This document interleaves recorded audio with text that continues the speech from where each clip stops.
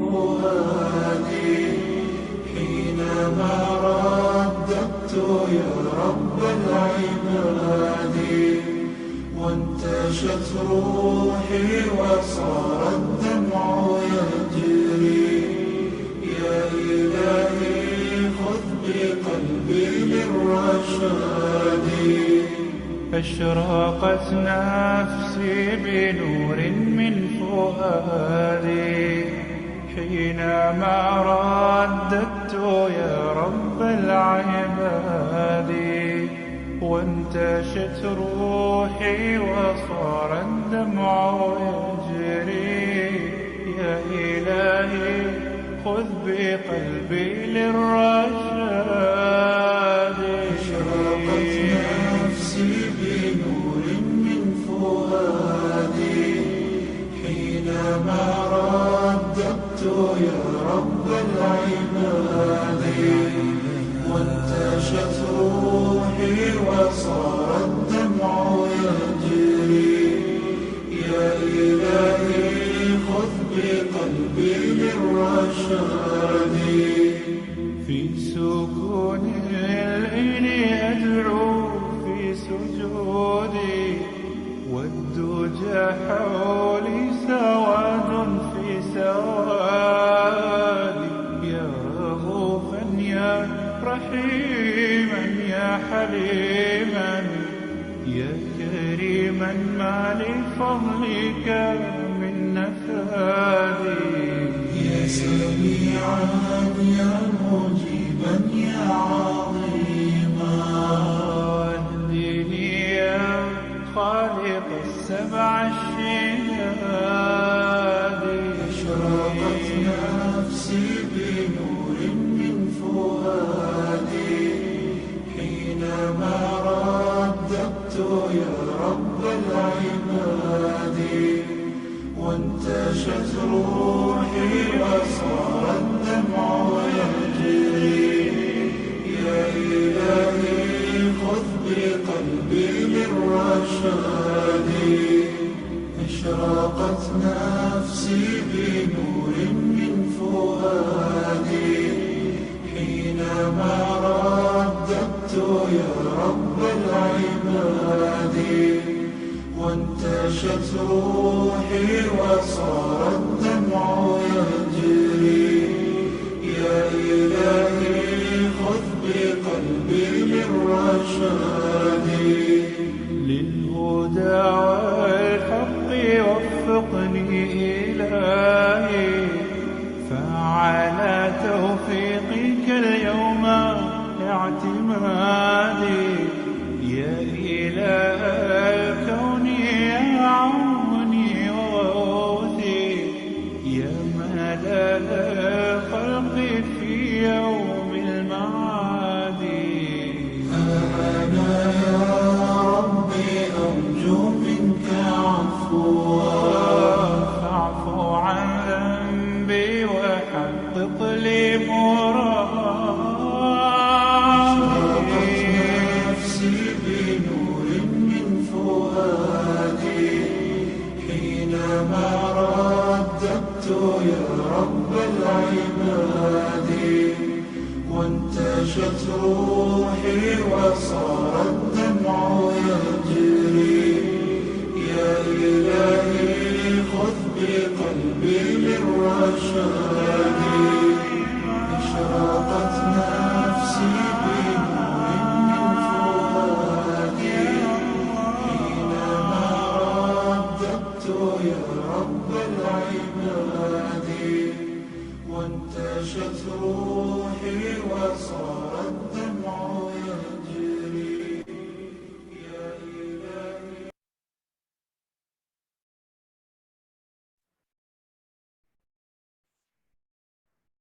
أعوذ بالله من الشيطان الرجيم بسم الله الرحمن الرحيم رب اشرح لي صدري ويسر لي أمري واحلل عقدة من لساني يفقهوا قولي رب زدني علما رب زدني علما رب زدني علما آمين السلام علیکم ورحمۃ اللہ وبرکاتہ۔ انشاءاللہ عزیز سامعات طالبات، آپ سب خیر و عافیت سے ہوں گی۔ آج کا ہمارا جو پارہ ہے وہ 14واں پارہ ہے روبما۔ کل ہم نے 13ویں پارے کے خلاصے کے اندر سب سے پہلے تو سورہ یوسف کے مضامین کو مکمل طور پہ دیکھا، جو کہ حضرت یوسف علیہ السلام کی پوری ایک بچپن کی زندگی سے لے کر جتنے بھی ان پر ادوار آئے نبوت تک، ان تمام باتوں کو دیکھا کہ کس طریقے سے اللہ رب العزت نے ان کو جو ہے جن مشکلات سے صبر سے انہوں نے کام لیا، ان مشکلات پر استقامت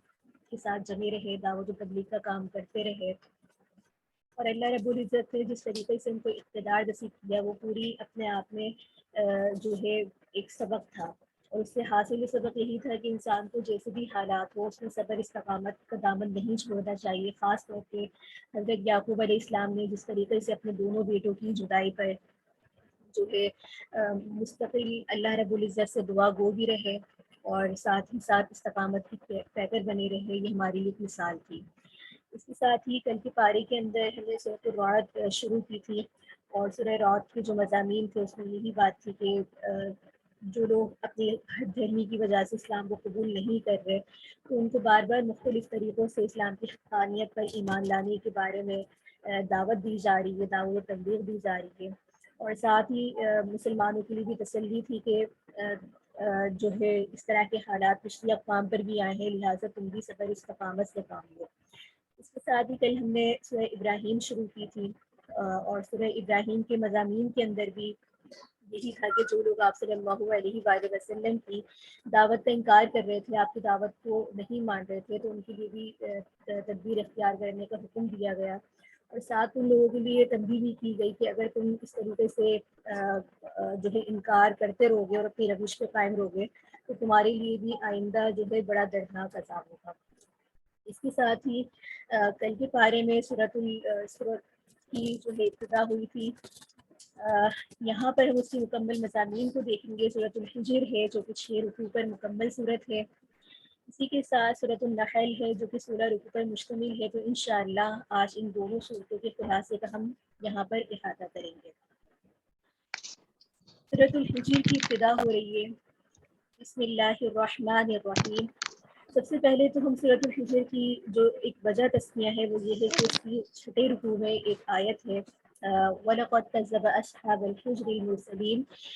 حجر یعنی کہ قوم سمود کو کہا جاتا ہے کیونکہ ان کو اللہ رب العزت نے یہ ایک فن دیا تھا کہ یہ پتھروں کو تراش کر جو ہے رہا کرتے تھے۔ اس مناسبت سے یہ صورت کا نام ہے۔ زمانۂ نزول کے اعتبار سے دیکھیں تو سورہ ابراہیم سے ہی متصل اس کا زمانہ نزول ہے، اور مضامین کے اعتبار سے دیکھیں تو دعوت نبوی کو ایک طویل عرصہ گزر چکا تھا۔ مخاطب قوم جو تھی مسلسل ہٹ دھرمی اور مزاحمت پر اتری ہوئی تھی، ظلم و ستم کی تمام انہوں نے حدیں پار کر لی تھی۔ اس کے بعد سمجھانے کا موقع کم اور تنبیہ اور ڈرانے کا زیادہ تھا۔ نیز یہاں پر یہ کشمکش اور مزاحمت تھی کہ منکرین جو کفار تھے ان کے انکار کا جو سبب تھا وہ آپ صلی اللہ علیہ وآلہ وسلم کا اضطراب قدرتی تھا، یعنی کہ آپ صلی اللہ علیہ وآلہ وسلم ان کی مزاحمت سے پریشان ہوتے تھے، تو ان کو تسلی بھی دی جا رہی ہے، اور اللہ کی جانب سے آپ کی تسلی ہمت بنانے کی اس وقت ضرورت بھی بہت زیادہ تھی۔ یہی وجہ سے یہ مضامین اس صورت پہ بیان کیے گئے ہیں، اور یہ صورت سمجھانے والی اور نصیحت سے خالی بھی نہیں ہے۔ اس لیے یہاں پر توحید کی جو دلائل ہے اس کو مختصر اشارہ کر کے نصیحت کے لیے قصہ آدم ابلیس کا بھی ذکر ہے۔ اسی طرح اس صورت میں حضرت آدم علیہ السلام کے قصے کا جو تذکرہ ہے اور پھر انسان کا مقصد تخلیق ہے اس کو براہ راست سمجھانے کے لیے جو ہے یہاں پر مثالیں ہیں، اور یہاں یہ بھی بتایا جا رہا ہے کہ یہ تمام جو نظریات ہیں وہ نصیحت حاصل کرنے کے لیے ہیں۔ اس کے ساتھ ہی پہلا رکوع شروع ہو رہا ہے، اور پہلے رکوع کی آیات آپ کے سامنے اس طریقے سے ہے، الف لام را تلک آیات الکتاب وقرآن مبین ربما یود الذین کفروا لو کانوا مسلمین۔ یہاں پر الف لام را یہ اللہ کی کتاب اور روشن قرآن کی آیات ہیں۔ فرمایا جا رہا ہے کہ ایک وقت آئے گا جب یہ کافر لوگ بڑی تمنا کریں گے کہ کاش وہ مسلمان ہوئے ہوتے۔ سب سے پہلے تو اس رکوع میں یہ بتایا گیا کہ قرآن انسانی زندگی کے ہر راستے کی رہنمائی کرتا ہے، اور ہر راستہ جس منزل پر پہنچتا ہے یہ سب پوری وضاحت سے بتا رہا ہے۔ اس کے باوجود وہ لوگ اس سے فائدہ ہی نہیں اٹھاتے۔ تو اس کی اصل وجہ یہ ہے کہ یہ دنیا پرستی انہیں انکار اور سرکشی کے اوپر جو ہے مجبور کرتی ہے۔ ایسا وقت آنے والا ہے جب یہ تمنا کریں گے کہ کاش یہ بھی مسلمان ہوتے۔ اور پھر قانون مہلت کا تذکرہ کرتے ہوئے بتایا کہ ہر سرکش قوم کو مہلت دی جاتی ہے، جس طریقے سے ہم سابقہ احوال میں بھی پڑھتے آ رہے ہیں کہ اللہ رب العزت ایک ہی دم کسی کو پکڑ نہیں لیتے کسی قوم کو، بلکہ پہلے ان پر اپنا پیغام بھیجتے ہیں، اس کے بعد انہیں مسلسل مہلت دی جاتی ہے، تنبیہ کی جاتی ہے، پھر وارننگ دی جاتی ہے۔ یہ تمام مراحل سے گزر کر پھر اللہ رب العزت کا جب فیصلہ آ جاتا ہے تو ایک گھڑی کی بھی اس عذاب پہ تاخیر نہیں ہوتی۔ یہاں پر یہ بات بھی ہے کہ آپ صلی اللہ علیہ وآلہ وسلم کی شان میں منکرین کی چند گستاخیوں کا ذکر ہے کہ وہ کہا کرتے تھے کہ یہ کوئی نئی بات نہیں ہے، پہلے بھی رسول یہ کوئی نئی بات نہیں ہے کہ اس طریقے کا جو ہے آپ صلی اللہ علیہ وآلہ وسلم بات کہہ رہے ہیں، یہ جھوٹ ہے، اور نعوذ باللہ بہت ساری بات اس طریقے سے کہتے تھے، قرآن کریم کے متعلق کہتے تھے کہ ان کا اپنا گھڑا ہوا کلام ہے۔ تو یہاں پر بھی آپ صلی اللہ علیہ وآلہ وسلم کو تسلی دی جا رہی ہے کہ پہلے بھی رسولوں کو اس طریقے سے مذاق اڑایا جاتا تھا۔ ایسے لوگ اگر قدرت کے نظام کو دیکھ لیں، قدرت کی جتنی بھی نشانیاں ہیں ان پر غور و فکر کر لیں، تو اس کے بعد بھی اگر یہ ایمان نہیں لاتے تو یہ خود جو ہے اپنے لیے عذاب کو مول رہے ہیں۔ اور یہاں پر ان آیات میں یہ بات بھی واضح ہو جاتی ہے کہ حفاظت قرآن کا ذمہ جو ہے وہ خود اللہ تعالیٰ کی ذمہ ہے۔ سابقہ کتب کے اندر جو آسمانی کتب تھی ان کی ذمہ داری ان کے علماء کے ہاتھ میں تھی، تو انہوں نے تحریفیں کی، لیکن قرآن کریم کی یہ شان ہے، اس کا معجزہ ہے کہ اس کی حفاظت خود اللہ نے اپنے ذمہ فرمائی ہے۔ اس کے ساتھ ہی دوسرا رکوع شروع ہو رہا ہے، اور دوسرے رکوع کی آیات آپ کے سامنے اس طریقے سے ہے کہ وَلَقَدْ جَعَلْنَا فِي السَّمَاءِ بُرُوجًا وَزَيَّنَّاهَا لِلنَّاظِرِينَ۔ یہاں پر یہ فرمایا جا رہا ہے کہ ہم نے آسمان میں بہت سے برج بنائے، برج یعنی کہ ستاروں کو بھی کہا جاتا ہے، اور یہاں پر بہت سارے ستارے مراد ہو سکتے ہیں، اور یہاں پر یہ بتایا جا رہا ہے کہ اس کو دیکھنے والوں کے لیے سجاوٹ عطا کی گئی ہے۔ سب سے پہلے تو اس رکوع میں زمین اور آسمان اور کائنات کے نظام کو جو اللہ رب العزت نے ایک مستقر فرمایا ہے، استوا فرمایا ہے، اس کا ذکر ہے۔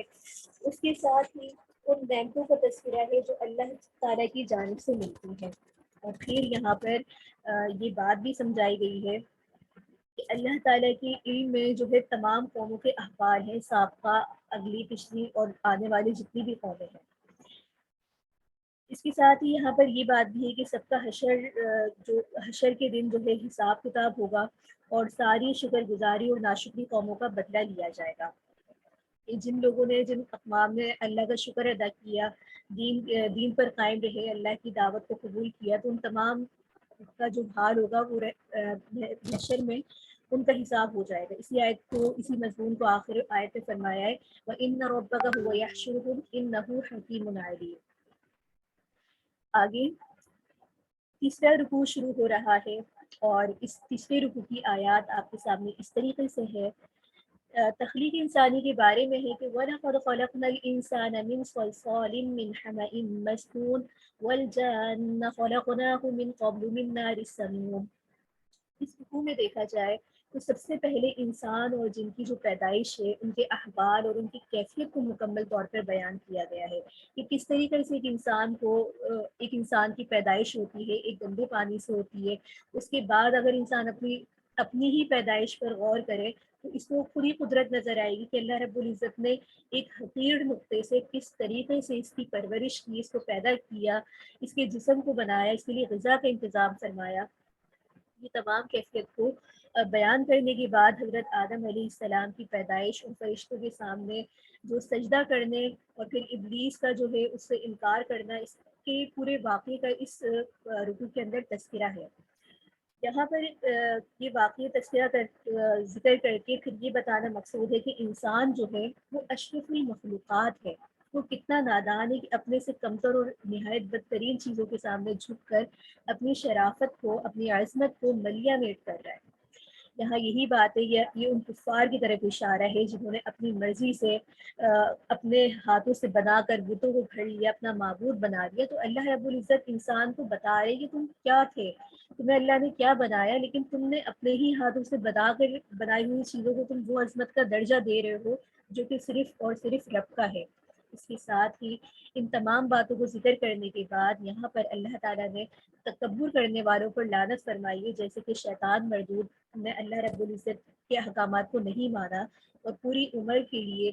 قیامت تک کے لیے مردود ٹھہرایا گیا۔ یہ سب کس وجہ سے تھا؟ کہ اس نے اللہ کے ساتھ اللہ کے حکم کے اوپر جو ہے تکبر کا اظہار کیا، اور ابلیس کی یہی ناپاک جو ہے عزائم ہے کہ وہ رہتی دنیا تک انسان کو مسلسل بہکاتا رہے گا۔ شیطان کے بارے میں یہ بھی ہے کہ شیطان اسی ہی بھٹکاتا ہے جو خود بھٹکتا چاہتا ہے، یعنی کہ جو خود بھی کوشش نہیں کرتا، غور و تدبر نہیں کرتا، اور ہر چیز سامنے ہوتے ہوئے بھی ایمان کو، حق کو قبول نہیں کرتا، تو ظاہر ہے اس کے دل کے اندر ایک بیماری ہے، نفاق ہے۔ تو ایسے دلوں کے اوپر شیطان گناہ جو ہے بڑی جلدی اثر انداز ہوتا ہے۔ اس کے ساتھ ہی اس صورت کا 74 رکوع شروع ہو رہا ہے، اور آیات متقین کے بارے میں آ رہی ہے۔ ان المتقین فی جنات وعیون ادخلوها بسلام آمنین ونزعنا ما فی صدورهم من غل اخوانا علی سرور متقابلین، کہ بے شک متقین جو ہے وہ جنت میں جو ہے ہمیشہ رہیں گے۔ یہاں پر اس رکوع میں سب سے پہلے تو جنتیوں کو ملنے والے انعامات کا ذکر ہے، اور پھر فرشتوں کی اس جماعت کا ذکر ہے جو حضرت ابراہیم علیہ السلام کے پاس آئی تھی، اور جس نے حضرت ابراہیم علیہ السلام کو حضرت اسحاق علیہ السلام کی پیدائش کی بشارت دی تھی، اور یہ اطلاع دی تھی کہ قوم لوط کے اوپر جو ہے عذاب نازل ہونے کے لیے ہم بھیجے گئے ہیں۔ اس طریقے سے تصویر کے یہ دو رخ جو ہے انہوں نے سامنے رکھے تھے۔ خدا کی ایک فرما بردار بندے کو فرزند صالح کی بشارت دی جا رہی تھی، جبکہ دوسرے فرما بردار بندے یعنی کہ حضرت لوط علیہ السلام اور ان کی پیروی کرنے والوں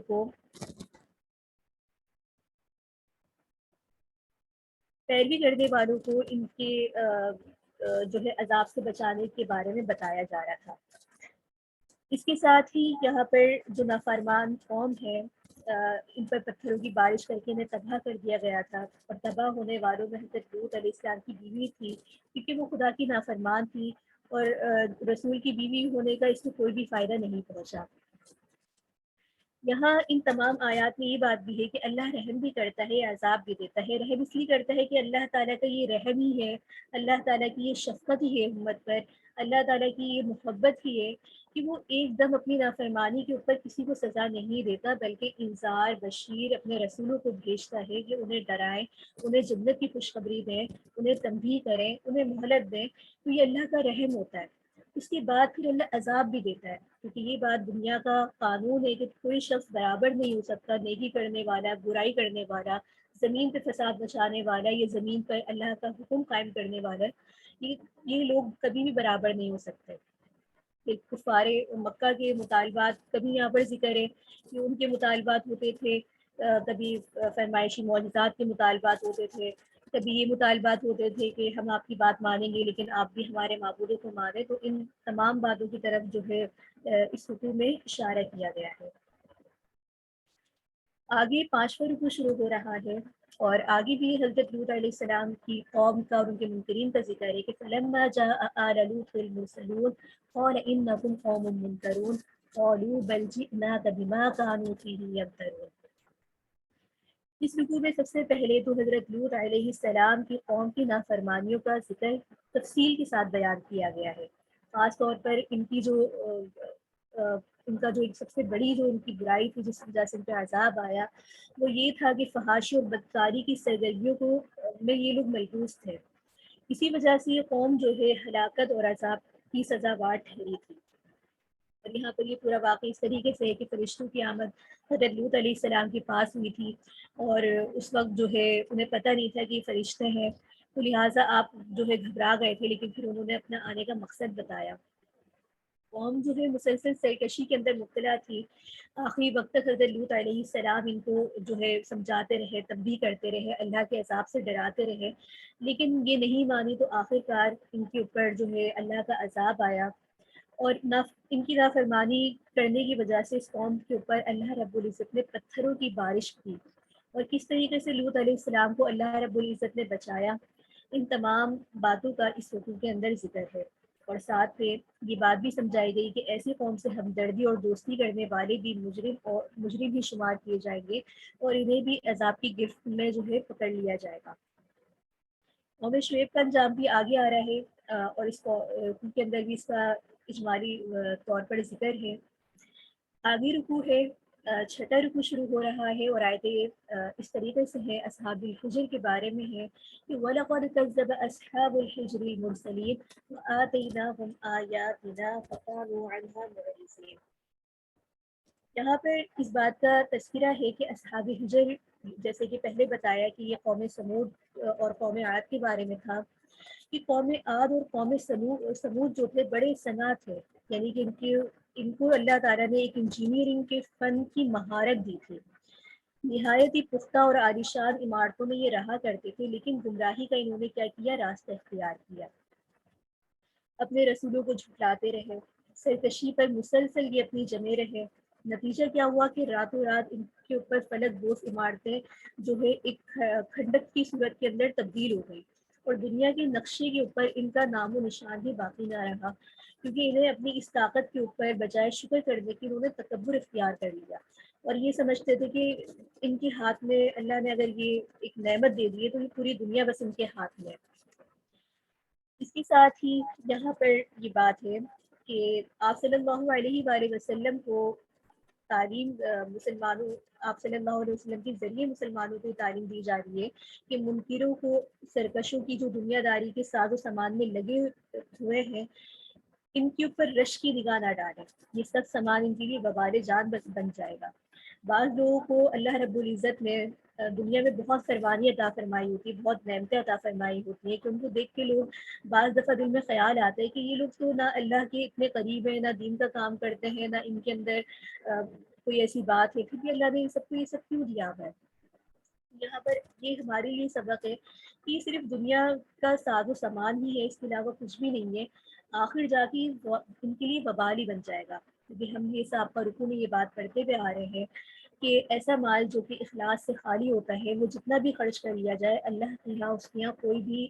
مقبولیت نہیں ہوتی۔ تو سب سے بڑی چیز ہے اللہ رب العزت کے یہاں پر ایمان۔ ایمان ایک ایسی شے ہے کہ ایمان ہو تو سب کچھ ہے، اور ایمان نہیں ہے تو انسان کا کوئی بھی عمل اس کے لیے قابل قبول نہیں ہے، گویا کہ دین نے ایک معیار طے کر دیا ہے۔ اس کے ساتھ ہی یہاں پر اس بات پر سخت دھمکی دی گئی ہے کہ خدا کی کتاب کو جو ہے بازیچہ افعال نہیں بنایا جائے، اور جو خواہشات نفس کی پیروی کرتا ہے اسے اختیار کیا جائے کہ جو پسند کرے یا نہ کرے۔ اس کا صاف انکار کرنے والے یا حق کا انکار کرنے والوں کا جو حال ہوگا، انہیں چاہیے کہ سابقہ اقوام کے حال سے عبرت حاصل کریں۔ اگر یہ بھی ان کی طرح جھٹلائیں گے حق کو، تو ان کا بھی حال جو ہے ان کے جیسا ہی ہوگا۔ اس کے ساتھ ہی یہاں پر اس رکوع کے اندر علی الاعلان تبلیغ کا حکم دیا گیا، کیونکہ پہلے آپ صلی اللہ علیہ وآلہ وسلم ابتدائی اسلام میں جو ہے صحابہ اور آپ جو ہے چھپ کر جو ہے خاموشی کے ساتھ تعلیم و تبلیغ کیا کرتے تھے۔ اس رکوع کے اندر آپ کو حکم دیا جا رہا ہے کہ اب آپ اعلان تبلیغ کریں اور کھل کر جو ہے اس بات کا جو ہے اس پر بات کریں۔ اس کے ساتھ ہی آگے سورۃ النحل شروع ہو رہی ہے۔ وجہ تسمیہ یہ ہے کہ اس کی 90 رکوع کی آیت میں ایک موقع پر نحل، جس کو شہد کہا جاتا ہے عربی میں، شہد کی مکھی، شہد، تو اس کو علامت کے طور پر بیان کیا گیا ہے، کیونکہ یہ اللہ رب العزت کی اس میں غور و فکر کریں تو بہت زیادہ نعمت ہے۔ یہ اللہ نے ایک جو ہے ایک مکھی، ایک شہد کے ذریعے اس میں انسانوں کے لیے جو فوائد رکھے ہیں اس بات کا تذکرہ ہے۔ سورہ نحل کو سورۃ النعم بھی کہا جاتا ہے، یعنی کہ نعمتوں والی صورت ہے۔ اس صورت میں کیونکہ اللہ رب العزت نے کثرت کے ساتھ اپنی نعمتوں کا ذکر کیا ہے، اس وجہ سے اس کا یہ دوسرا نام بھی ہے۔ زمانۂ نزول کے اعتبار سے دیکھیں تو ہجرت حبشہ کے بعد مکہ کے آخری دور کی صورتوں میں سے یہ ہے۔ مضامین میں اس صورت میں دیکھا جائے تو بڑے باریک مضامین ہیں جو دیگر جو ہے یکی دیگر بات سامنے آئے ہیں۔ سب سے پہلے تو اس میں دیکھا جائے تو معقول دلیلوں اور کائنات میں جتنی بھی پھیلی ہوئی اللہ رب العزت کی نشانیاں ہیں ان کو شہادت کے ساتھ ثابت کیا گیا ہے،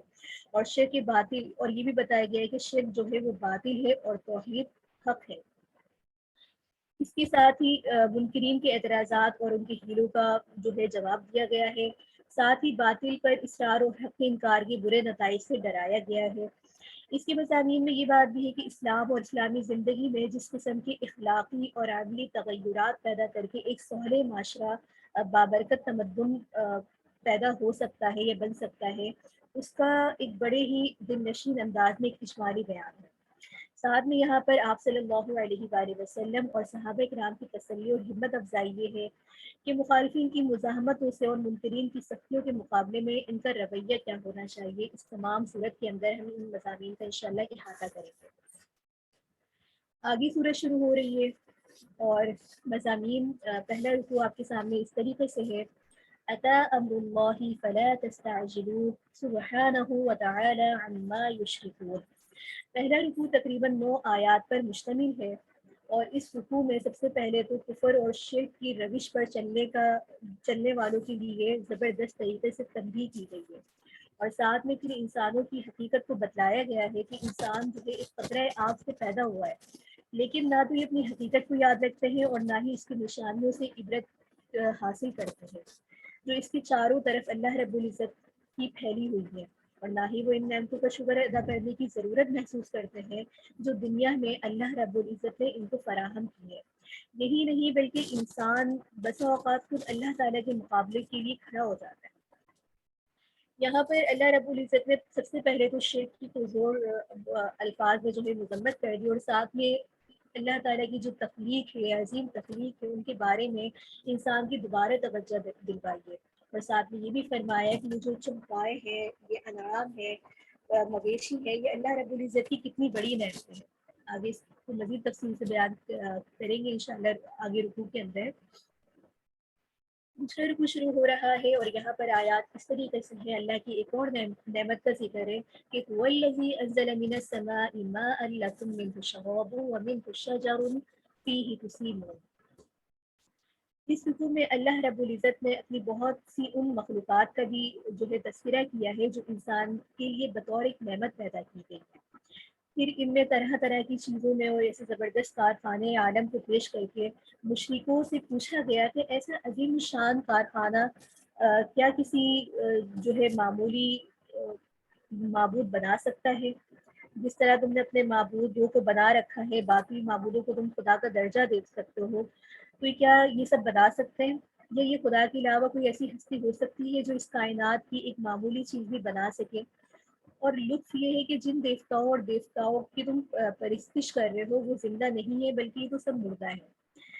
تو سب سے پہلے تو یہاں پر اللہ رب العزت نے پانی کی برکات اور پانی جو بہت بڑی نعمت ہے اس کو تذکرہ کیا ہے کہ آسمان سے اس کو نازل کرنا، پھر اس سے مختلف قسم کے پھلوں کا اگنا، پھر اس کو درخت کے ذریعے جس طریقے سے پھل وغیرہ اس کے اندر آتے ہیں، یہ سب انسان کے لیے ہے۔ یہاں پر پھر انسانوں کے لیے سمندر کی برکات کا بھی ذکر ہے کہ اللہ رب العزت نے سمندر کو کس طریقے سے بنایا اور اس سے تجارت کا ایک راستہ بنایا، ساتھ ہی اس میں جو مچھلیاں ہیں وہ انسان کی خوراک بنائی، اس سے زیوروں کا انتظام فرمایا، یہاں تک کہ جو اس کے اندر سے ہوتی ہے جواہرات وغیرہ جو بھی چیزیں انسان کو ملتی ہیں، یہ سب اللہ رب العزت کی برکات ہی ہیں جو انسان کے لیے مہیا ہے۔ اس کے ساتھ ہی دیکھا جائے تو اللہ رب العزت نے کائنات کو بڑا ہی خوبصورت، بڑا ہی زیب و زینت سے مزین کیا ہے۔ آسمان کو دیکھیں، اس کی خوبصورتی کو دیکھیں تو انسان کی نظر نہ ہٹ پائے۔ دن میں اگر یہ سورج نہ ہو تو انسان اپنی کتنی ضروریات سے محروم ہو جائے۔ رات کا منظر دیکھیں تو اللہ کی کائنات، اللہ کی قدرت کو بیان کر رہی ہوتی ہے، کس طریقے سے اس آسمان پر ایک چاند نظر آتا ہے، سورج نظر آتا ہے دن کے اندر۔ چاند کے ساتھ جب ستارے ہوتے ہیں تو ان کی روشنی دیکھ کر خود بخود انسان کا دل اللہ کی ربوبیت کا قائل ہو جاتا ہے۔ زمین کو دیکھیں تو اللہ رب العزت نے کیسے پہاڑ بنائے ہیں، کیسے سمندر بنائے ہیں، کیسے راستے بنائے ہیں، تو یہ اللہ رب العزت یہاں تمام چیزوں کو بیان کر کے کائنات کی خوبصورتی کو بیان کر رہے ہیں کہ یہ سب زیب و زینت ہے، اس پہ غور تو کرو ذرا۔ زمین پر اللہ تعالیٰ کی قدرت کی اتنے سارے مظاہرے ہیں کہ اگر ہم اس پر غور کریں تو شاید ہم اس کا شکر ادا کرنے کا حق بھی نہ ادا کر پائیں. پانی کو دیکھ لیں، درخت کو دیکھ لیں، نباتات کو دیکھ لیں. اسی طریقے سے انسانوں کے لیے اللہ رب العزت نے ان سب کے اندر جو ہے بڑی برکات رکھی ہے. ان تمام باتوں کو بیان کرنے کی بات فرمایا جا رہا ہے کہ خالق کے جو احسان اور احسانات ہیں اس کے مقابلے میں بندوں کی جو ہے بہت زیادہ ناشکری ہے. بجائے کہ ان نعمتوں سے جن کا وہ مسلسل فائدہ اٹھا رہے ہیں اللہ کا شکر ادا کریں، لیکن حال یہ ہے کہ وہ مسلسل اللہ کی ناشکری میں لگے ہوئے ہیں، یا ان نعمتوں کو اس طریقے سے شکر ادا نہیں کرتے یا حق ادا نہیں کرتے جو کہ رب کا حق ہے. اور یہاں پر یہ ہے کہ اپنے جیسے انسانوں کو انہوں نے معبود بنا رکھا ہے یا ان کو اپنا مددگار معاون سمجھتے ہیں، تو اس کی مذمت کی گئی ہے ان تمام قدرتوں کو بیان کرنے کے بعد. اس کے ساتھ ہی تیسرا رکوع شروع ہو رہا ہے اور آیت اس طریقے سے ہی ہے کہ یہاں پر سب سے پہلے تو توحید کا سبق، توحید کا درس دیا جا رہا ہے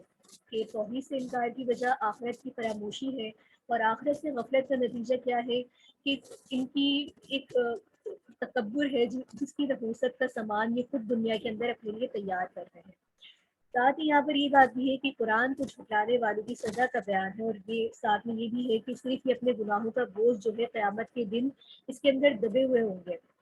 بلکہ یہ اپنے بوجھ کے ساتھ ساتھ ان گناہوں کے بوجھ میں بھی دبے ہوئے ہوں گے جن کو انہوں نے گمراہ کیا. تو یہاں پر یہ بات بھی ثابت ہوتی ہے کہ گمراہی کا پھیلانا یہ بھی گناہ جاریہ ہے. جتنے لوگ ایسے گناہ میں مبتلا ہوں گے جو اس نے پھیلایا، اور جب تک وہ لوگ اس گناہ میں مبتلا رہیں گے، اس کو کرتے رہیں گے، تو اس کا گناہ کا جو ایک عذاب ہے، اس کی سزا ہے، وہ بھی اس کو ملتی رہے گی. ساتھ ہی قرآن کریم کو جھٹلانے والوں کا انجام بتایا جا رہا ہے کہ اس کی آیات کو جو تم جھٹلا رہے ہو، اس کا انکار کرنے کی سزا صرف اور صرف جہنم ہی ہے تمہارا ٹھکانہ. اس کے ساتھ ہی چوتھا رکوع شروع ہو رہا ہے، اور اس رکوع کے اندر سب سے پہلے تو اللہ تعالیٰ کی ہدایت کی جو مخالفت کرتے ہیں، اور دنیا میں اللہ تعالیٰ کا عذاب کس طریقے سے اچانک ان کو آ پکڑ لیتا ہے، اس کا بیان ہے کہ انہیں خبر تک نہیں ہوتی کہ قیامت کے دن ان کے ساتھ کیا پیش آنے والا ہے اور اس سے زیادہ ان کے ساتھ کیا ہو سکتا ہے. پھر یہاں پر ایسے لوگوں کے مرنے کے بعد کا جو ہے ایک نظارہ بیان کیا گیا ہے، کس طرح فرشتے انہیں جو ہے جہنم کی طرف لے کر جائیں گے، اور اس طریقے سے قرآن کے خلاف حرکتیں کرنے والوں کو تنبیہ اور دھمکی دینے کے بعد ان لوگوں کا تذکرہ ہے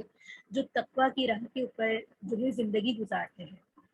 ان کے لیے بتایا گیا ہے کہ دنیا میں بھلائیاں اور آخرت میں ان کے لیے آرائش ہے. ایسے لوگوں کی موت کے وقت فرشتے مبارکباد دیتے ہیں اور قبر میں ان کا استقبال کیا جاتا ہے.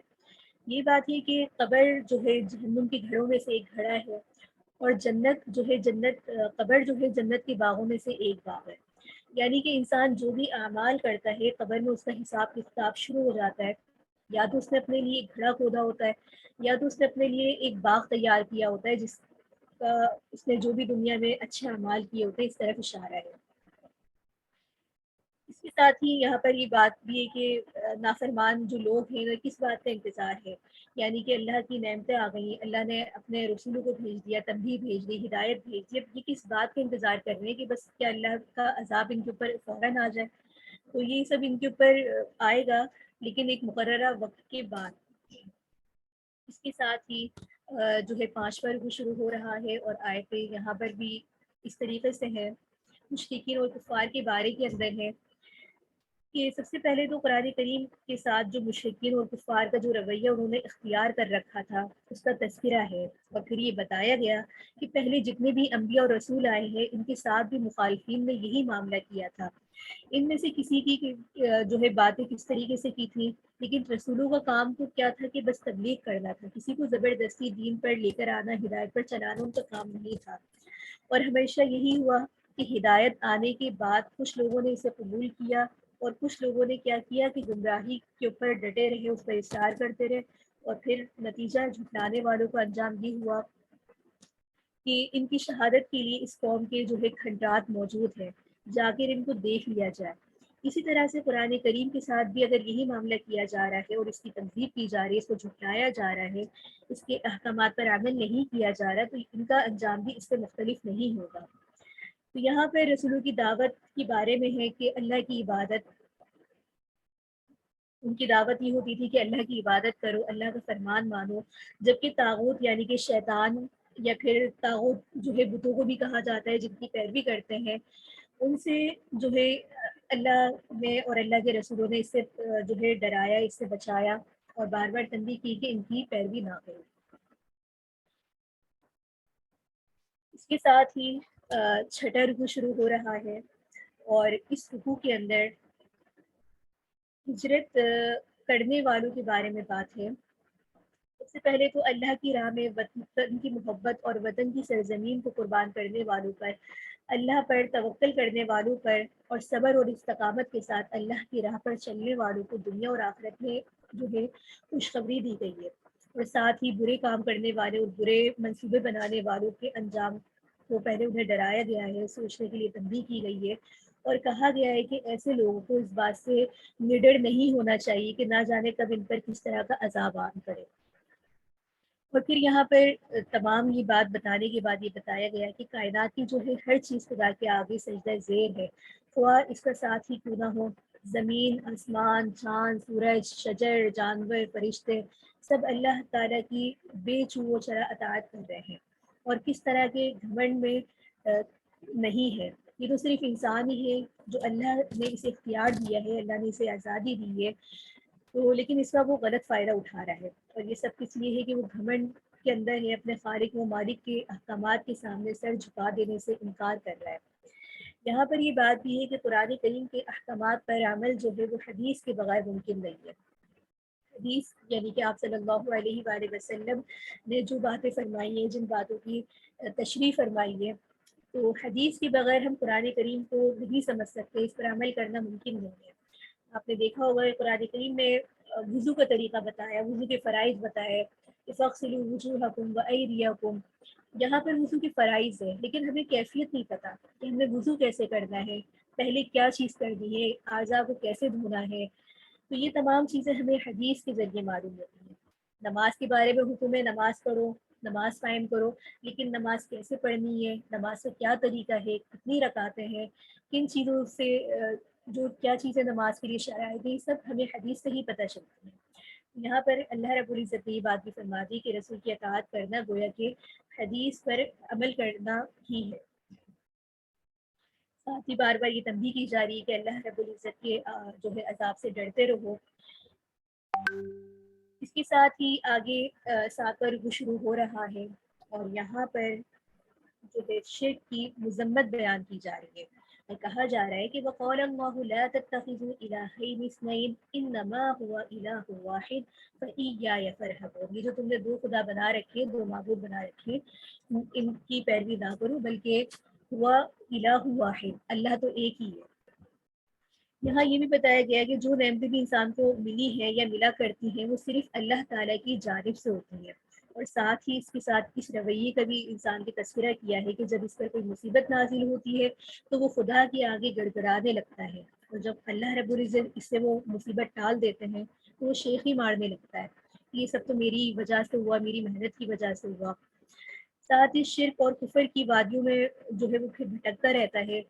اور شرک کی مختلف قسموں کو بتایا جا رہا ہے، اور ان کا انکار اور جھٹلانے والوں کو ان کی شرارتوں کا تذکرہ ہے کہ قیامت کے دن ان کے لیے کس طرح کی جو ہے سزائیں ہوں گی۔ اس کے ساتھ ہی یہاں پر یہ بات ہر وقت انسان کو اپنے ذہن میں رکھنی چاہیے کہ ہر نعمت جو ہے وہ اللہ ہی کی عطا کرتا ہے، اس میں انسان کا کوئی بھی عمل دخل نہیں ہے، اللہ کی توفیق سے ہی ہر نعمت ملتی ہے۔ یہاں پر جو ہے ان کی مشرکین کی اس عادت کو بھی بیان کیا جا رہا ہے کہ ان میں یہ بات تھی کہ اللہ تعالیٰ کی نعمتیں تو دونوں ہی ہیں، اولاد چاہے وہ لڑکا ہو یا لڑکی، لیکن یہ بچی کی پیدائش پر ان کا حال، ان کا رویہ اس طریقے سے ہوتا تھا کہ ان کے چہرے بالکل سیاہ ہو جاتے تھے۔ قرآن کریم میں اسی بات کو بیان کیا گیا ہے، اور یہ فرشتوں کو، بیٹیوں کو جو ہے وہ اللہ رب العزت کی نعوذ باللہ بیٹیاں کہا کرتے تھے۔ تو جو چیز یہ لوگ اپنے لیے پسند نہیں کرتے تھے اس کو وہ خدا کی طرف منسوخ کر دیا کرتے تھے، اور پھر حال یہ تھا کہ بیٹیوں کی پیدائش کے اوپر ان کے چہرے سیاہ ہو جاتے تھے، اور اپنی ذلت اور رسوائی کا سامان سمجھتے تھے، اور سوچنے لگ جاتے تھے کہ اب یہ بیٹی پیدا ہوئی ہے تو ہم باہر کیسے منہ دکھائیں گے، یا اس کو کہاں دفنانا ہے۔ نعوذ باللہ ان کی حالت کا ذکر قرآن کریم کے اندر بیان کیا گیا ہے۔ اور ساتھ میں مشرکین میں مکہ کی یہ بے انصافیاں ہی تھی کہ انہوں نے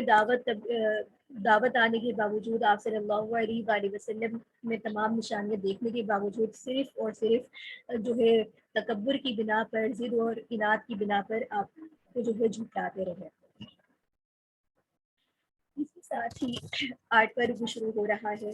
اور 8ویں رکوع کی آیات آپ کے سامنے اس طریقے سے ہیں۔ یہاں پر دیکھا جائے تو سنت اللہ کا تذکرہ ہے کہ متعدد جگہوں پر اس کو بیان کیا گیا کہ اللہ تعالیٰ جو ہے جرم و عصیان پر فوراً گرفت نہیں کرتا، بلکہ مہلت دی جاتی ہے تاکہ کسی کا جو عذر ہے اس کو خواہ مخواہ اس کا موقع نہ ملے کہ مجھے تو میرے پاس مہلت نہیں تھی، یا میرے پاس کوئی رسول نہیں آیا، یا مجھے وقت نہیں دیا گیا۔ لیکن جب یہ مہلت جو ہے ختم ہو جاتی ہے تو پھر ایک سیکنڈ کی بھی تاخیر نہیں ہوتی، وہ عذاب جو ہے وہ فوراً اس کو جکڑ لیتا ہے، جس طرح آیت میں فرمایا فَإِذَا جَاءَ أَجَلُهُمْ لَا يَسْتَأْخِرُونَ سَاعَةً وَلَا يَسْتَقْدِمُونَ۔ اس کے ساتھ ہی یہاں پر یہ تعلیم بھی دی گئی ہے کہ خدا کی شان میں کسی قسم کی بے ادبی نہیں ہونی چاہیے۔ گزشتہ قوموں کی حالات پر اگر غور کیا جائے تو وہاں سے عبرت حاصل کرنی چاہیے۔ یہ نہیں سمجھنا چاہیے کہ دوسری قوموں کے ساتھ وہ قصہ ختم ہو گیا اور وہ عذاب کا سلسلہ جو تھا وہ ختم ہو گیا۔ یہ سلسلہ تو دیکھا جائے اسباب ایک سبب ہے، اور عمل اس کے نتیجوں سے وابستگی کے کرشمے ہوتا ہے۔ جہاں بھی ایسی سرگرمیاں ہوں گی، جہاں بھی اللہ رب العزت کے احکامات کو توڑا جائے گا، تو اس کے نتیجے بھی ایسے ہی رونما ہوں گے۔ ساتھ میں یہ بات بھی ہے کہ قرآن اور سنت جو ہے وہ انسانوں کے لیے جو ہے رحمت ہے۔ اللہ نے ایک ہدایت کا راستہ فرمایا کہ کس طریقے سے اللہ رب العزت نے ہدایت کا ایک ذریعہ فرمایا۔ اب یہاں پر اللہ تعالیٰ نے دوبارہ اپنی نعمتوں کا تذکرہ فرمایا ہے، جس میں سب سے پہلے تو آسمان سے جو پانی کا نزول ہے اس کے بارے میں فرمایا، اور اس سے زمین کس طریقے سے پھاڑ کر جو ہے غلہ نکالتی ہے اللہ کے حکم سے۔ ان تمام چیزوں کو یہاں بیان فرما کے بتایا کہ لیکن وہی بات ہے کہ غور و تدبر کی بات ہے۔ آگے اسی بات کو جاری رکھتے ہوئے 9واں رکوع شروع ہو رہا ہے، اور 9ویں رکوع کے اندر مزید اللہ رب العزت کی بے شمار نعمتوں کا ذکر ہے۔ سب سے پہلے تو اس رکوع کے اندر جو وہی نعمتیں ہیں جو اللہ رب العزت نے عطا فرمائی ہیں، جیسے کہ مویشی ہے، انعام ہے، جن سے انسان دودھ حاصل کرتا ہے، اس سے گوشت حاصل کرتا ہے، تو یہ کوئی معمولی نعمتیں نہیں ہے، بلکہ اللہ تعالیٰ کی دیکھا جائے تو بہت بڑی نعمتیں ہیں جن سے انسان تقریباً روز ہی فائدہ اٹھاتا ہے۔ اور یہ ایسی نعمتیں ہیں کہ اگر ان کی تخلیق کے اوپر غور کیا جائے تو ان جانوروں سے بھی اللہ نے کس طریقے سے پاکیزہ رزق کا انسان کے لیے ایک جو ہے ذریعہ بنایا ہے، اس پہ عقل حیران رہ جاتی ہے۔ جیسے کہ آپ جانور کو دیکھ لیں، اس کے گوبر والی جگہ کی طرف سے ہی اللہ رب العزت نے ہے جو ہے دودھ کا انتظام فرمایا، جو کہ کتنا صاف ہوتا ہے، شفاف ہوتا ہے۔ گوشت کا انتظام فرمایا، یعنی کہ اس گوشت میں اللہ رب العزت نے انسان کے لیے کیسے کیسے فوائد رکھے ہیں، تو یہ سب جو ہے نعمتیں ہیں۔ اسی طریقے سے یہاں پر جو ہے شہد بھی اللہ رب العزت کی بہت بڑی نعمتوں میں سے ہے کہ شہد کی جو مکھی ہے وہ انسانوں کے لیے شہد فراہم کرتی ہے، اور یہ بتایا کہ فطرت کی وہ سرگوشیاں جس کی وہ رہنمائی میں وہ پھلوں کا رس چوستی ہے، اپنے چھتوں سے، پہاڑوں سے، درختوں سے، اونچی شاخوں پر اپنا جو ہے ایک چھتا بناتی ہے۔ تو یہ ساری باتیں اللہ رب العزت کس طریقے سے اس کے دل کے اندر ڈالتے ہیں، کس طریقے سے اس کو پتہ ہوتا ہے کہ میں نے کہاں پر جا کے اپنا چھتا بنانا ہے، کیسے جا کے کن پھلوں سے میں نے رس لینا ہے۔ تو اتنی چھوٹی چھوٹی چیزیں ہیں جن کو شاید ہم کبھی غور ہی نہیں کرتے، تدبر ہی نہیں کرتے، لیکن یہ اللہ کی کیسی نعمتیں ہیں، اور ان جانوروں کو اللہ رب العزت نے کیسا عقل اور کیسا شعور نصیب فرمایا ہے۔ ساتھ میں یہاں پر یہ بات بھی بتا دی گئی ہے کہ ہر شخص کا جو وجدان، اس کی فطرت خدا کے وجود ہی کی گواہی دیتی ہے، لیکن انسان جو ہے اپنے وجود اور اپنی فطرت کی آواز پر کان نہیں دھرتا، اور شرک اور کفر کی راہ پر جو ہے مسلسل چلتا رہتا ہے۔ اس کے ساتھ ہی 10واں رکوع شروع ہو رہا ہے، اور اس رکوع کے اندر اللہ تعالیٰ نے فرمایا کہ اللہ تعالیٰ نے بعض لوگوں کو رزق میں مدد فرمائی۔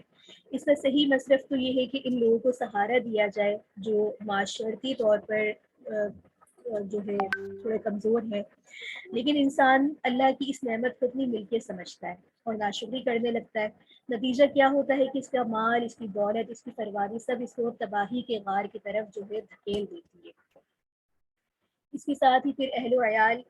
کی نعمتوں کا تذکرہ ہے، اور کہا گیا ہے کہ ان کے بارے میں وہ اپنی ذمہ داریوں کو بھول جاتا ہے، نتیجہ کیا ہوتا ہے کہ وہ خود بھی تباہ ہوتا ہے اور اہل و عیال کے لیے بھی تباہی کا سامان پیدا کرتا ہے۔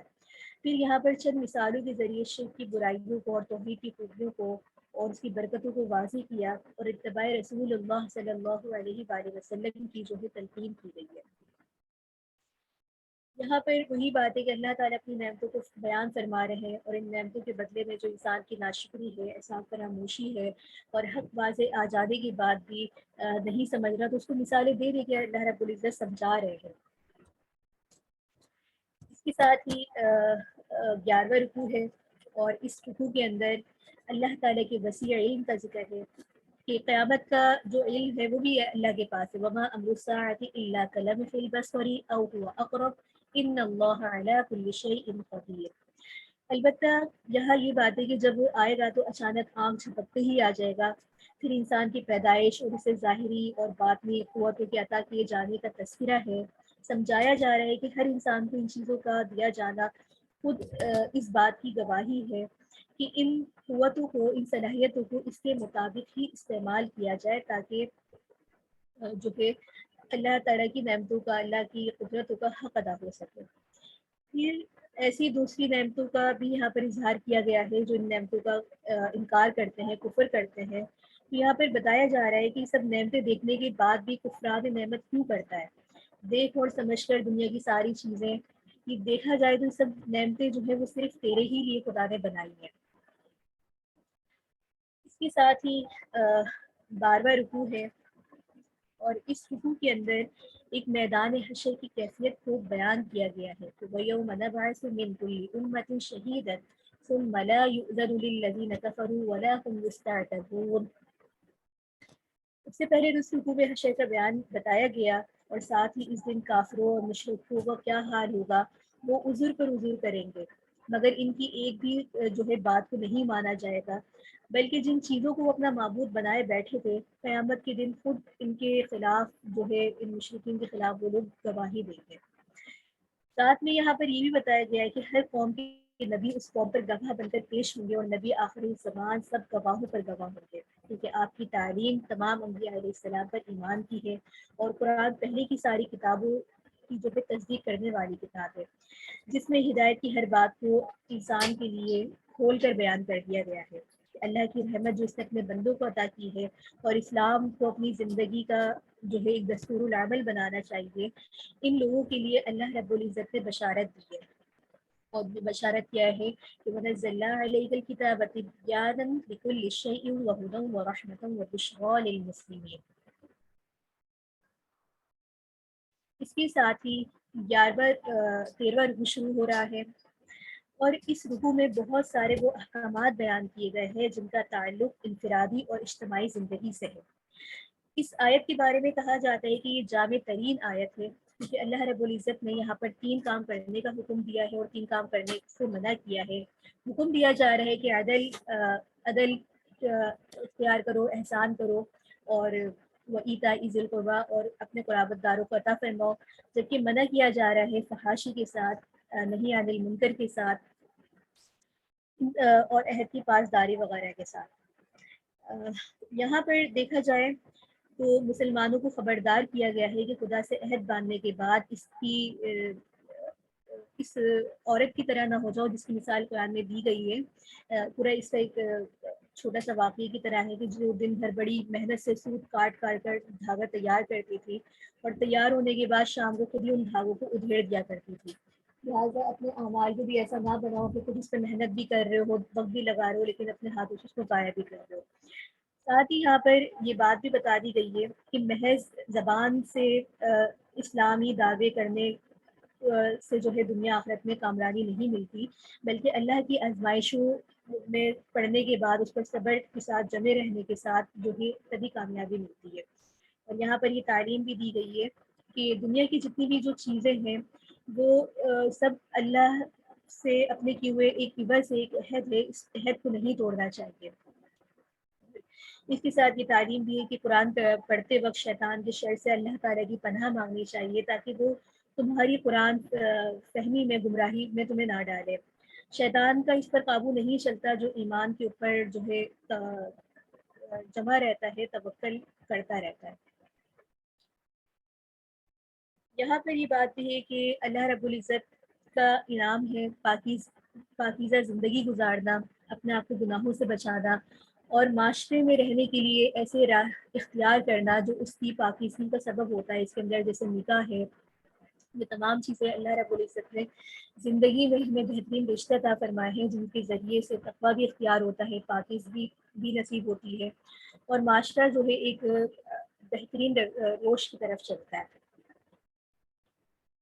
یہاں پر یہ بات بھی ہے کہ شیطان کا وار اسی کے اوپر چلتا ہے جس کے دل کے اندر وفاق ہوتا ہے، ایمان کی کمزوری ہوتی ہے، اور وہ خود راہ پر عمل نہیں کرنا چاہتا۔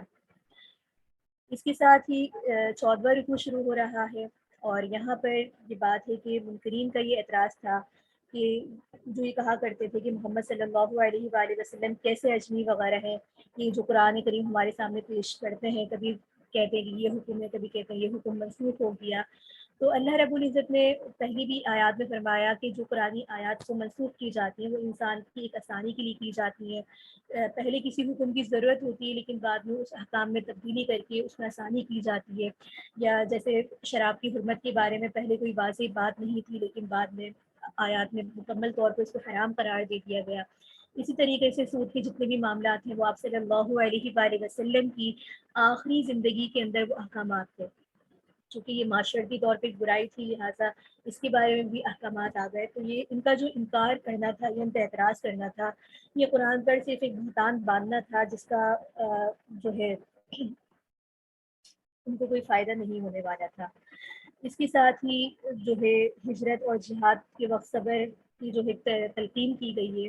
اور اسلام کے جو سب سے پہلے شہدا تھے حضرت یاسر اور ان کی زوجہ حضرت سمیہ رضی اللہ تعالی عنہم کے بارے میں قرآن کریم میں ذکر ہے کہ کس طریقے سے انہوں نے اللہ کی راہ میں جو ہے جہاد کیا تھا اور وہ پھر شہید ہوئے تھے۔ اس کے ساتھ ہی یہاں پر مرتد ہونے والی کی مذمت بیان کی گئی ہے۔ مرتد اس شخص کو کہتے ہیں جو اسلام قبول کرنے کے بعد دین سے انحراف کر لیتا ہے، اور اس کے لیے بڑی سخت سزائیں ہیں۔ اس کے ساتھ یہاں پر یہ تلقین بھی ہے اللہ رب العزت کی ہجرت اور جہاد کے وقت انسان کا رویہ کیا ہونا چاہیے، کہ صبر اختیار کرنا چاہیے، جیسے کہ آیت میں کہ ثم جاہدوا واصطبروا ان ربک من بعدها لغفور رحیم۔ اس کے ساتھ ہی اس رکوع کا 15واں رکوع شروع ہو رہا ہے اس صورت کا۔ یہاں پر قیامت کا تذکرہ ہے، اور ایک ایسی آبادی کا ذکر کیا گیا ہے جو کہ بڑی خوشحال تھی، لیکن اللہ کی ناشکری اور اپنے رسولوں کی تکذیب کی پاداش میں انہیں کیا ہوا، عذاب کی لپیٹ مار آ گئے تھے۔ اسی بستی کا ذکر کرنے کے بعد اہل مکہ سے کہا گیا اللہ نے جو کچھ تمہیں دیا ہے اس سے فائدہ اٹھاؤ، مگر کسب حلال کا خیال رکھو اور اللہ کی نعمتوں کا شکر ادا کرو۔ اشارتاً یہاں یہ بھی کہا گیا ہے کہ تم نے ناشکری کی تو تم بھی اسی آبادی کی طرح نیست و نابود ہو جاؤ گے، اور پھر چونکہ حلال اور طیب کے استعمال کی ہدایت کی گئی ہے اس لیے حرام چیزوں کو واضح بھی کیا گیا ہے، جن کا ذکر گزشتہ جو ہے ہم نے ابواب میں بھی پڑھا تھا۔ تو یہاں پر کھانے کے آداب بتائے جا رہے ہیں کہ اللہ کی نعمتوں سے جتنا کھانا ہے جتنا فائدہ اٹھانا ہے فائدہ اٹھاؤ، لیکن حلال اور طیب کا خیال رکھو۔ قرآن کریم نے انسان اور جانوروں میں یہی امتیاز بھی رکھا ہے کہ انسان اشرف المخلوقات ہے، اس کو صرف یہ نہیں کہ ایک جنگل میں چھوڑ دیے کہ جو چیز پیٹ بھرنے کے لیے مل جائے جس طریقے سے بھی مل جائے چھین جھپٹ کے کھا لو، بلکہ اس کے ایک آداب بتائے گئے ہیں، مال حلال بھی ہونا چاہیے اور طیب بھی ہونا چاہیے۔ اور ساتھ ہی یہاں پر مشرکین کا جو ایک طرز عمل تھا کہ بغیر شرعی دلیل کے وہ چیزوں کو اپنے اوپر حرام کر لیا کرتے تھے، جیسے یہود بھی ایسے ہی کیا کرتے تھے، بہت ساری چیزیں انہوں نے خود اپنے اوپر حرام کر لی تھی۔ تو اللہ رب العزت یہاں پر یہ منع فرما رہے ہیں کہ جہالت اس طریقے سے حلال چیزوں کو اپنے اوپر حرام نہیں کرنا چاہیے۔ اس کے ساتھ ہی اس صورت کا جو ہے 16واں رکوع جو کہ آخری رکوع ہے یہ شروع ہو رہا ہے، اور یہاں پر حضرت ابراہیم علیہ السلام کے بارے میں ہے۔ اہل مکہ کی طرف سے چونکہ روئے سخن تھا اور مکہ کو حضرت ابراہیم علیہ السلام سے خاص نسبت تھی، کعبہ ان کا تعبیر کردہ تھا اور انہی کی دعاؤں کا طفیل تھا۔ اس بے آب و سرح سرزمین پر اللہ کے رزق کی ہر چیز جو ہے کھینچ کھینچ کر آتی تھی۔ پھر اہل مکہ حضرت ابراہیم علیہ السلام سے عقیدت اور محبت کا دم بھی بھرتے تھے، اور جاہلیت کی زندگی بسر کرنے والے کہا کرتے تھے کہ ہم جو ہے وہ ابراہیم علیہ السلام کے مذہب اور مسلک پر ہیں۔ اس لیے اس رکوع میں حضرت ابراہیم علیہ السلام کا تذکرہ کیا گیا، اور بتایا گیا کہ وہ پکے اور سچے مسلمان تھے، نہ کافر تھے، نہ مشرک تھے، نہ یہودیت اور نہ اسرائیلیت کی جو ہے ایک سطح کے اوپر گروہ بندیوں میں مبتلا تھے۔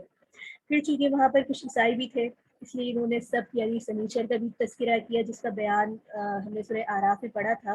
اور یہ کہا گیا تھا کہ تمہاری ان تمام اختلافات ہیں، یہ دین میں جو تم نے تفرقہ بازیاں کی ہیں، اس کا فیصلہ جو ہے وہ قیامت کے دن ہوگا۔ ساتھ میں یہاں پر دعوت دین کی اصول بتائے جا رہے ہیں، 3 سطح بتائی جا رہی ہیں۔ سب سے پہلے تو حکمت کے ساتھ، یعنی کہ بات کرنی ہے، دعوت دینی تو دلیل کے ساتھ بات کرنی ہے، نصیحت ایسی ہو جس میں فضائل اور ترغیب کے ساتھ بات کرنا ہو، احسن الکلام ہو یعنی کہ اچھے انداز سے بات کرنا، اگر کوئی شک و شبہات اپنے پیش کیے جا رہا ہو تو اس کو اچھے انداز سے اس کی بات کو رد کر کے جواب دیا جائے، نہ کہ یہ ہو کہ دعوت تبلیغ میں یہ اصول نہیں ہونا چاہیے، طرز نہیں ہونا چاہیے، سختی نہیں ہونی چاہیے۔ تو یہاں پر یہ فریضہ بتایا جا رہا ہے کہ دعوت و تبلیغ کا کام کس طریقے سے کیا جاتا ہے، اور اس کے ساتھ ہی یہاں پر جو ہے اگر ان طریقوں کو اپنایا جائے گا تو ایک مبلغ ایک جو ہے داعی کا کردار احسن طریقے سے ادا کر سکتا ہے، ورنہ اگر اس کے اگینسٹ چیزیں ہوں گی، حکمت نہیں ہوگی، نصیحت نہیں ہوگی، بات کرنے کا انداز اچھا نہیں ہوگا، نرمی نہیں ہوگی، تو اس کی دعوت جو ہے مؤثر نہیں ہوگی۔ پھر یہاں پر آپ صلی اللہ علیہ وآلہ وسلم کو اور آپ صلی اللہ علیہ وآلہ وسلم کے توسط سے مسلمانوں کو صبر اور تقوی پر اللہ تعالیٰ کے توکل کی تعلیم دی گئی ہے، اور یہاں پر ان کا انعام بھی بتایا گیا ہے کہ ان اللہ مع الذین اتقوا والذین هم محسنون۔ تو یہ صبر اور تقوی کی اہمیت ہے کہ بار بار بڑی سے بڑی مشکلات پر بھی حکم دیا جا رہا ہے کہ تم اس کے اوپر جمے رہو، ثابت قدم رہو، صبر کا دامن نہ چھوڑو، تقوی دل میں اپنے رکھو۔ تو یہ تمام اس تعلیمات کا ایک خلاصہ ہے کہ جتنے بھی آپ نے زندگی میں کام کرنے ہیں دعوت و تبلیغ کے، اس میں صبر کرنا ہے، اللہ کا خوف دل میں رکھنا ہے، اور اسی چیز کی وجہ سے انسان جو ہے اپنے اہداف کو پا لیتا ہے۔ اس کے ساتھ ہی ہمارے آج کے پارے کا خلاصہ مکمل ہوتا ہے۔ آپ سامعین میں سے آج اگر کسی کا سوال ہے تو ہمارے پاس مختصر وقت ہے، 2 منٹ، آپ اپنا سوال یہاں پہ لکھ کر بھیج سکتے ہیں، تو انشاءاللہ اس کا جواب دیا جائے گا۔ جزاک اللہ کو خیر۔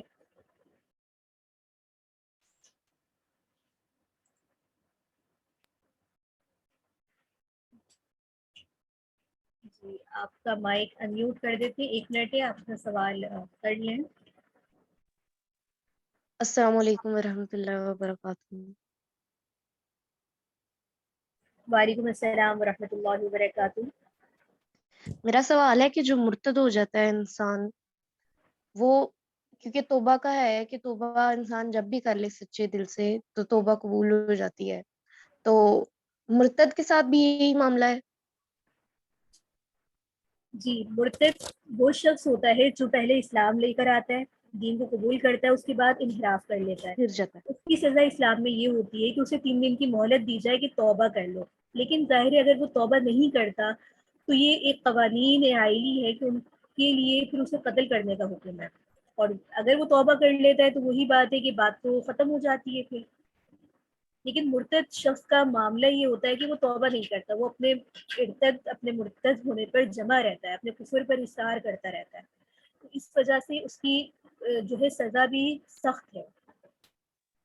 لیکن اگر وہ 3 دن میں نہ کرے لیکن